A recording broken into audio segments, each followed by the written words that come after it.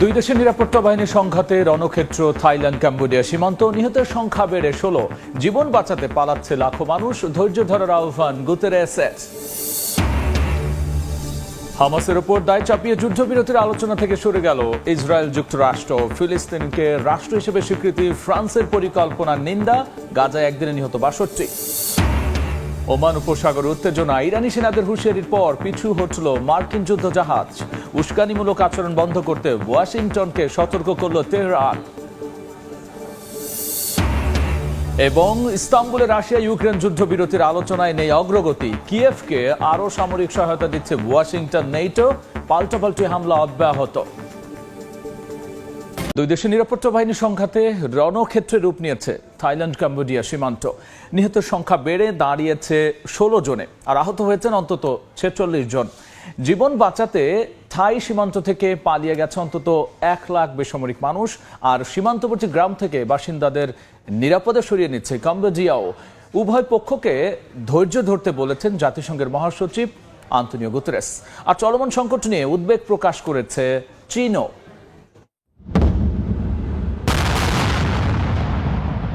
স্থানীয় সময় শুক্রবার ভোরে থাইল্যান্ড কম্বোডিয়া সীমান্ত অঞ্চলে আবারও সংঘর্ষ ও গোলাগুলি হয়। এতে ঘটে হতাহতের ঘটনা। কম্বোডিয়ার ওদ্দার মিনচের প্রদেশের প্রধান কর্মকর্তা জানান, এরই মধ্যে সীমান্তবর্তী গ্রাম থেকে বাসিন্দাদের নিরাপদে সরিয়ে নেওয়া হয়েছে। উত্তপ্ত পরিস্থিতিতে থাই সীমান্ত থেকে পালিয়ে গেছে অন্তত ১ লাখ বেসামরিক নাগরিক। সেনাবাহিনী জানায়, সংঘর্ষের কারণে দেশটির ৪টি উত্তর পূর্বাঞ্চলীয় প্রদেশের বেসামরিক স্থাপনা ক্ষতিগ্রস্ত হয়। সীমান্তবর্তী গ্রাম থেকে বাসিন্দাদের নিরাপদে সরিয়ে নিচ্ছে থাইল্যান্ডও। উত্তেজনা ঘিরে জাতিসংঘের মহাসচিব আন্তোনিও গুতেরেস উভয় পক্ষকে সর্বোচ্চ সংযম প্রদর্শনের আহ্বান জানান। এদিকে ভালো প্রতিবেশীর মনোভাব নিয়ে আলোচনার মাধ্যমে শান্তিপূর্ণ সমাধান খোঁজার পরামর্শ দেন জাতিসংঘের সহকারী মুখপাত্র। থাইল্যান্ড ও কম্বোডিয়ার সীমান্তে চলমান সংঘর্ষ নিয়ে উদ্বেগ প্রকাশ করে চীনও। বৃহস্পতিবার জাতিসংঘে চীনের স্থায়ী প্রতিনিধি ফু কং বলেন, উভয় দেশকেই সংযম দেখাতে হবে এবং শান্তিপূর্ণ সমাধানের পথে ফিরতে হবে। এদিকে থাইল্যান্ড কম্বোডিয়া পরিস্থিতি নিয়ে জাতিসংঘ নিরাপত্তা পরিষদে বৈঠকে বসবে দুই দেশ। নিরাপত্তা পরিষদকে চিঠি দিয়ে এই বৈঠকের অনুরোধ করে থাইল্যান্ড ও কম্বোডিয়া। বৈঠকে পরিস্থিতি সম্পর্কে হালনাগাদ তথ্য দেবে জাতিসংঘের রাজনৈতিক ও শান্তি স্থাপন বিভাগ। অর্জিতা শেহজিন, সময় সংবাদ। হামাসের যুদ্ধবিরতির প্রতিক্রিয়ায় অসন্তুষ্ট হয়ে কাতার থেকে প্রতিনিধি দল ফিরিয়ে নিয়েছে যুক্তরাষ্ট্র। আর ইসরায়েল বলছে যুদ্ধ থামাতে তারা রাজি, তবে সেটা যেন দুর্বলতা না ভাবে হামাস। আর উপত্যকাটিতে ইসরায়েলি হামলায় একদিনই নিহত হয়েছেন অন্তত ৬২ জন। খাদ্য সহায়তার লাইনে দাঁড়িয়ে থাকা ১৯ জনও প্রাণ হারিয়েছেন। এদিকে ফিলিস্তিনকে রাষ্ট্র হিসেবে ফ্রান্স স্বীকৃতি দেবে বলে জানিয়েছেন প্রেসিডেন্ট ইমানুয়েল ম্যাক্রো। যদিও ফরাসি প্রেসিডেন্টের এই পরিকল্পনা বেপরোয়া সিদ্ধান্ত বলে মন্তব্য করেছেন মার্কিন পররাষ্ট্রমন্ত্রী। রক্তাক্ত গাজা উপত্যকায় অব্যাহত রয়েছে ইসরায়েলি বর্বরতা। স্থানীয় সময় বৃহস্পতিবার নিহত হয়েছেন বেশ কয়েকজন। অনেকেই প্রাণ হারান খাদ্য সহায়তার লাইনে দাঁড়িয়ে। খাবার নিতে গেলেও জীবন হারানোর ঝুঁকির কারণে চিকিৎসা ও মানবিক সংস্থাগুলো গাজাবাসীদের বর্তমান পরিস্থিতি নিয়ে উদ্বেগ প্রকাশ করেছে। গুলিবিদ্ধ মরদেহে ভরে যাচ্ছে গাজার বিভিন্ন হাসপাতালের মেঝে। আহতদের জন্য নেই পর্যাপ্ত চিকিৎসার ব্যবস্থা। এই পরিস্থিতির মধ্যেই যুদ্ধবিরতি নিয়ে বক্তব্য রেখেছেন ইসরায়েলি প্রধানমন্ত্রী বিনিয়ামিন নেতানিয়াহু। তিনি বলছেন, যুদ্ধ থামাতে চুক্তি করতে চায় ইসরায়েল, তবে সেটা যেন কোনোভাবেই দুর্বলতা হিসেবে না দেখে হামাস। স্বাধীনতাকামী সংগঠনটি গাজায় স্থায়ীভাবে যুদ্ধ বন্ধের পাশাপাশি ত্রাণ প্রবেশ ও উপত্যকা থেকে সেনাবাহিনী প্রত্যাহারের প্রস্তাব জানায়। হামাসের সর্বশেষ প্রতিক্রিয়ার পরই ইসরায়েলি আলোচনা দলকে দেশে ফেরার জন্য ডাকা হয়েছে বলে জানায় নেতানিয়াহুর দপ্তর। কাতারে চলমান যুদ্ধবিরতি উদ্যোগ থেকে সরে এসেছে যুক্তরাষ্ট্র। প্রেসিডেন্ট ট্রাম্পের বিশেষ দূত স্টিভ উইটকফ বলেন, হামাসের প্রতিক্রিয়া যুদ্ধবিরতির ইচ্ছার অভাব প্রকাশ করে। যুক্তরাষ্ট্র এখন যুদ্ধ থামাতে ও জিম্মিদের ফেরাতে বিকল্প পথ খুঁজছে, যা গাজার জন্য স্থিতিশীল পরিবেশ তৈরি করবে, তবে কি সেই বিকল্প তা স্পষ্ট করেনি ওয়াশিংটন। التدخل للسماح لمنظمات এদিকে ফিলিস্তিনি প্রেসিডেন্ট মাহমুদ আব্বাস গাজায় ত্রাণ ঢুকতে দেওয়ার জন্য জাতিসংঘ ও যুক্তরাষ্ট্রের প্রতি আহ্বান জানিয়েছেন। তিনি বলেন, সীমান্তে আটকে থাকা কয়েক লাখ টন খাদ্য ও ওষুধ অবিলম্বে প্রবেশ করতে না দিলে পরিস্থিতি আরও ভয়াবহ হবে। আন্তর্জাতিক মহলের নিষ্ক্রিয়তা নিয়েও উদ্বেগ জানায় তার প্রশাসন। আন্তর্জাতিক পর্যায়ে গাজা পরিস্থিতি নিয়ে সরব হয়েছেন ব্রিটিশ প্রধানমন্ত্রী কিয়ার স্টারমারও। স্টারমার বলেছেন, পরিস্থিতি এখন এমন জায়গায় পৌঁছেছে যেখানে মানবতা রক্ষা করাও চ্যালেঞ্জ হয়ে দাঁড়িয়েছে। এরই মধ্যে প্রেসিডেন্ট ইমানুয়েল ম্যাক্রো ঘোষণা দিয়েছেন, সেপ্টেম্বরের জাতিসংঘ সাধারণ অধিবেশনে ফিলিস্তিনকে রাষ্ট্র হিসেবে স্বীকৃতি দেবে ফ্রান্স। সামাজিক মাধ্যম এক্সে দেয়া বার্তায় তিনি বলেন, মধ্যপ্রাচ্যের ন্যায্য ও স্থায়ী শান্তির অঙ্গীকারে এই সিদ্ধান্ত নেওয়া হয়েছে।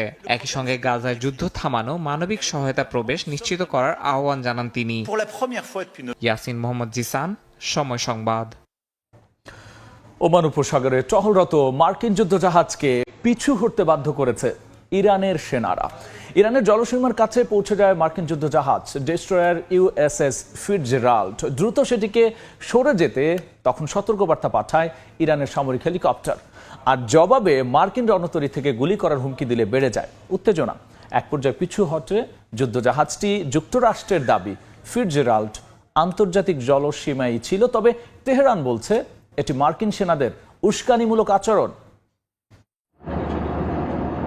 ওমান উপসাগর মধ্যপ্রাচ্যের অতি স্পর্শকাতর একটি সামুদ্রিক করিডর। সেখানেই ইরানের নজরদারিতে থাকা এলাকায় ঢুকে পড়ে মার্কিন যুদ্ধজাহাজ ডেস্ট্রয়ার ইউএসএস ফিটজেরাল্ড। আর তাতেই নতুন করে উত্তপ্ত হয়ে ওঠে পরিস্থিতি। ইরানি রাষ্ট্রীয় টেলিভিশনে প্রকাশিত ভিডিওতে দেখা যায়, দেশটির সামরিক হেলিকপ্টার সি কিং মার্কিন যুদ্ধজাহাজের খুব কাছাকাছি পৌঁছায়। ইরানি জলসীমার দিকে না গিয়ে দিক পরিবর্তন করতে রেডিওতে হুঁশিয়ারি দেয় যুদ্ধজাহাজটিকে। জবাবে যুক্তরাষ্ট্রের রণতরী থেকে হুমকি দিয়ে বলা হয়, ইরানি হেলিকপ্টার না সরে গেলে গুলি ছোড়া হবে। তবে এমন হুমকির তোয়াক্কা না করেও হেলিকপ্টারটি টহল দিতে থাকে। এক পর্যায়ে দিক পরিবর্তন করে পিছু হটে ডেস্ট্রয়ার ইউএসএস ফিটজেরাল্ড। এমন পরিস্থিতিকে যুক্তরাষ্ট্রের উস্কানিমূলক আচরণ বলে দাবি করেছে ইরান।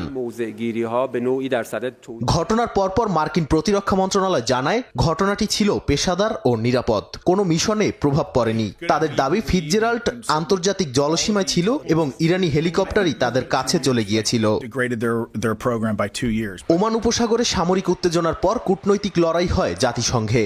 নিরাপত্তা পরিষদে রাখা বক্তব্যে ইরানি উপপররাষ্ট্রমন্ত্রী কাজেম গারিবাবাদি অভিযোগ করে বলেন, যুক্তরাষ্ট্র ও ইসরায়েল মিলে জাতিসংঘ সনদকে পদদলিত করছে। তিনি বলেন, গাজায় হাজার হাজার সাধারণ মানুষের হত্যাকাণ্ড, স্কুল, হাসপাতালে বোমা হামলা এবং খাদ্য সরবরাহের পথ বন্ধ করে ইসরায়েল গণহত্যা চালাচ্ছে। আর এই অপরাধে তাদের সহযোগী হলো মার্কিন সরকার।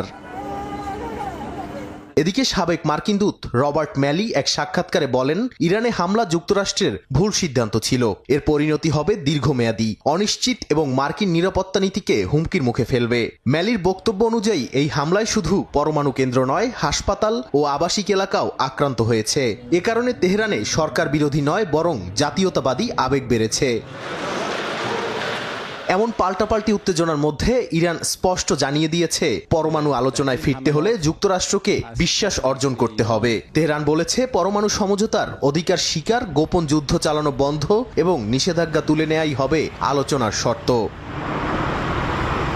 নাদিম মারজান, সময় সংবাদ। তুরস্কের ইস্তাম্বুলে রাশিয়া ইউক্রেন শান্তি আলোচনা হলেও যুদ্ধবিরতির কোনো অগ্রগতি হয়নি। তবে বন্দি বিনিময় আর মানবিক বিষয়ে কিছুটা সফলতা দেখা গেছে। অন্যদিকে পাল্টাপাল্টি হামলায় উত্তপ্ত রয়েছে যুদ্ধক্ষেত্র। রাশিয়ার হামলায় খার্কিভে অন্তত ৩৩ জন আহত হয়েছে। অন্যদিকে ইউক্রেনের ড্রোন হামলায় ক্ষতিগ্রস্ত হয়েছে রুশ সীমান্ত। যুক্তরাষ্ট্র নেটো থেকে নতুন সামরিক সহায়তা পাচ্ছে ইউক্রেন। ইস্তাম্বুলে রাশিয়া ও ইউক্রেন মুখোমুখি হলেও ৪০ মিনিটের এই বৈঠকে যুদ্ধবিরতি নিয়ে কোনো অগ্রগতি হয়নি। ইউক্রেনের প্রতিনিধি জানান, মানবিক বিষয়ে কিছুটা অগ্রগতি হলেও যুদ্ধ থামানোর ইস্যুতে রাশিয়া অনড়। মস্কোর পক্ষ থেকে বলা হয়েছে, নেতাদের বৈঠক কেবল চুক্তি স্বাক্ষরের জন্য হতে পারে, আলোচনার জন্য নয়। বৈঠকের পরপরই উভয় পক্ষ বন্দি বিনিময়ে সম্মত হয়। প্রায় 250 বন্দীকে ফেরত দেওয়া হয়েছে ইউক্রেন বেলারুশ সীমান্তে। রাশিয়ার প্রতিনিধি জানিয়েছেন আরও 3000 সেনার মরদেহ হস্তান্তর প্রক্রিয়া চলছে। এ পর্যন্ত 1000-এর বেশি ইউক্রেনীয় বন্দীকে দেশে ফিরিয়ে আনা হয়েছে বলে জানান প্রেসিডেন্ট জেলেনস্কি। যুদ্ধবিরতির আলোচনা চললেও আকাশপথে থামেনি হামলা। রাশিয়া দাবি করেছে এক রাতে 6টি অঞ্চলে 33টি ইউক্রেনীয় ড্রোন ধ্বংস করেছে তারা। অন্যদিকে ইউক্রেন জানায় সুমি অঞ্চলে রুশ ড্রোন হামলায় বিদ্যুৎ বিচ্ছিন্ন হয় 2,20,000 মানুষ, যদিও পরে তা পুনঃস্থাপন করা হয়। খার্কিভে রুশ গ্লাইড বোমা হামলায় আহত হয়েছেন বেশ কয়েকজন, যাদের মধ্যে রয়েছে শিশু ও নবজাতকও। যুক্তরাষ্ট্র ইউক্রেনকে $32,20,00,000 নতুন অস্ত্র সরবরাহের অনুমোদন দিয়েছে। এর মধ্যে রয়েছে সাজোয়া যান মেরামত ও রক্ষণাবেক্ষণ ব্যবস্থা। ন্যাটো দেশগুলো যুক্তরাষ্ট্র থেকে শতভাগ খরচে অস্ত্র কিনে ইউক্রেনে পাঠানোর প্রতিশ্রুতি দিয়েছে বলে দাবি করেছেন ট্রাম্প। এদিকে বৃহস্পতিবার সেভেরোদভিন্স্ক শহরে রাশিয়ার 4র্থ প্রজন্মের পরমাণু সাবমেরিন উদ্বোধন করেন প্রেসিডেন্ট পুতিন। অনুষ্ঠানে অংশ নেন দেশটির নৌবাহিনী প্রধান সহ শীর্ষ সামরিক ও নিরাপত্তা কর্মকর্তারা। সাবমেরিনটিতে রয়েছে উন্নত মিসাইল, টর্পেডো, রেডিও টেকনিক্যাল ও নেভিগেশন সিস্টেম।